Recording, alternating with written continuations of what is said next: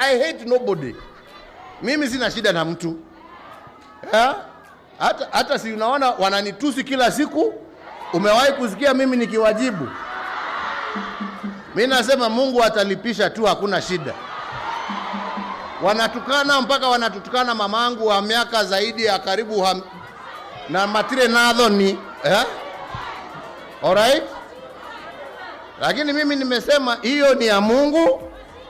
Ile yetu imebaki ni tufanye kazi, lakini tutende haki na hatuwezi kunyamaza. Na ndio nilikuwa naambia watu Mai Mahiu jana, unakuja hapo unasema nyinyi ni maskini, nyinyi tumejenga hii radio. Inakuja unaenda Mombasa unaambia wale, na usemi ni nani wale walichukua bandari wakapeleka huko Naivasha, na mimi utaona nimeirudisha Mombasa.